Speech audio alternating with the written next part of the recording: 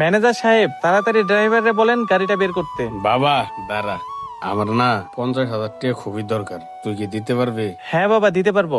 Manager সাহেব, চেনটা খুইলা টাকার বান্ডিলটা বের করে দেন তো। এই যে স্যার। এই নাও বাবা, এখানে 1 লক্ষ টাকা আছে। 1 লক্ষ টাকা? হ্যাঁ বাবা, 1 লক্ষ টাকা। কিন্তু বাবা, তুই আমার একটা বার জিজ্ঞেস করলি না এই টাকাটা আমি কিসের জন্য চাইছি? বাবা, আপনি এটা কেমন কথা বললেন? আমি আপনাকে প্রশ্ন করব? কিন্তু বাবা, তুমি তো সকাল থেকে সন্ধ্যা পর্যন্ত পরিশ্রম করো, তোমার তো জানার অধিকার আছে আমি এতগুলো টাকা কিসের জন্য নিতেছি। এখানে 1 লক্ষ টাকা, তোমার তো জানার অধিকার আছে। বাবা, আপনি হয়তো ভুলে গেছেন, কিন্তু আমি কিছুই ভুলি নাই। বাবা, আপনি আমার সকালাত পূরণ করার জন্য নিজের জীবনের জন্য কিছুই করেন নাই। এমনকি একটা ভালো পোশাক পর্যন্ত কেনেন নাই। একটা পোশাক দিয়েই বছরের পর বছর পার করে দিচ্ছেন। অথচ নিজের সব সকালাত বিসর্জন দিয়া আমাদের যখন যা লাগতো তখন তাই দিতেন। শুধু তাই না, আপনি আমাদের নতুন নতুন জুতা কিনে দিতেন। এক জোড়া প্রাইভেটের জন্য, এক জোড়া স্কুলে যাওয়ার জন্য, আর এক জোড়া বেড়াইতে যাওয়ার জন্য। কিন্তু আমি আমার জীবনে কখনোই দেখি নাই আপনি আপনার জন্য এক জোড়া ভালো জুতা কিনছেন। আপনি আমাদের খুশি রাখার জন্য এক জোড়া পুরান জুতা সেলাই করে বছরের পর বছর পার করে দিতেন। বাবা, আমি আজ পর্যন্ত আপনার কোনো কিছু নিতে দেখি নাই, শুধু সারা জীবন সঞ্চয়ই করে গেলেন।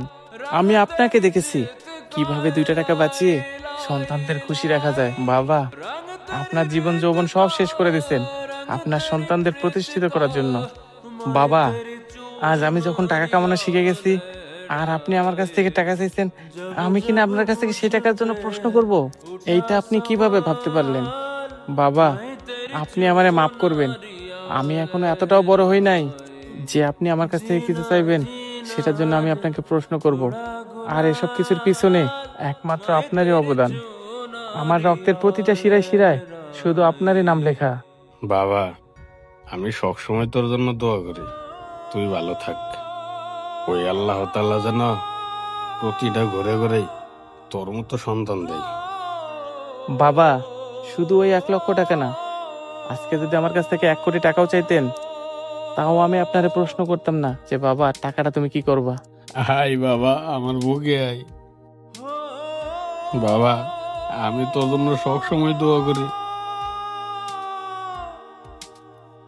আরে ম্যানেজার সাহেব, আপনার আবার কি হইলো? স্যার, আমার দক্ষিণী মায় মানুষের বাসা বাড়িতে কাজ কইরা আমারে লেখাপড়া করে এত বড় করছে।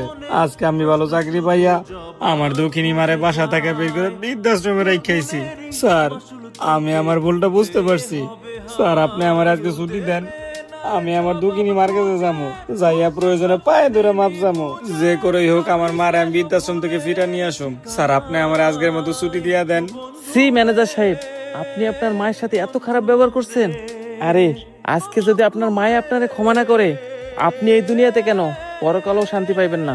আপনি তাড়াতাড়ি যান, আপনার মায়ের পা ধরে ক্ষমা চান। ও স্যার, আমি এখনই যাই আমার মায়ের কাছে মাপ চামু। স্যার, আমি গেলাম স্যার। মা, পিতামাতার প্রতি মা। প্রত্যেকটা সন্তানেরই ঠিক এমনটাই ব্যবহার করা উচিত। আমাদের এই ভিডিওটি আপনাদের কাছে কেমন লাগলো? ভালো লাগলে অবশ্যই লাইক, কমেন্ট এবং শেয়ার করে দিবেন। ধন্যবাদ।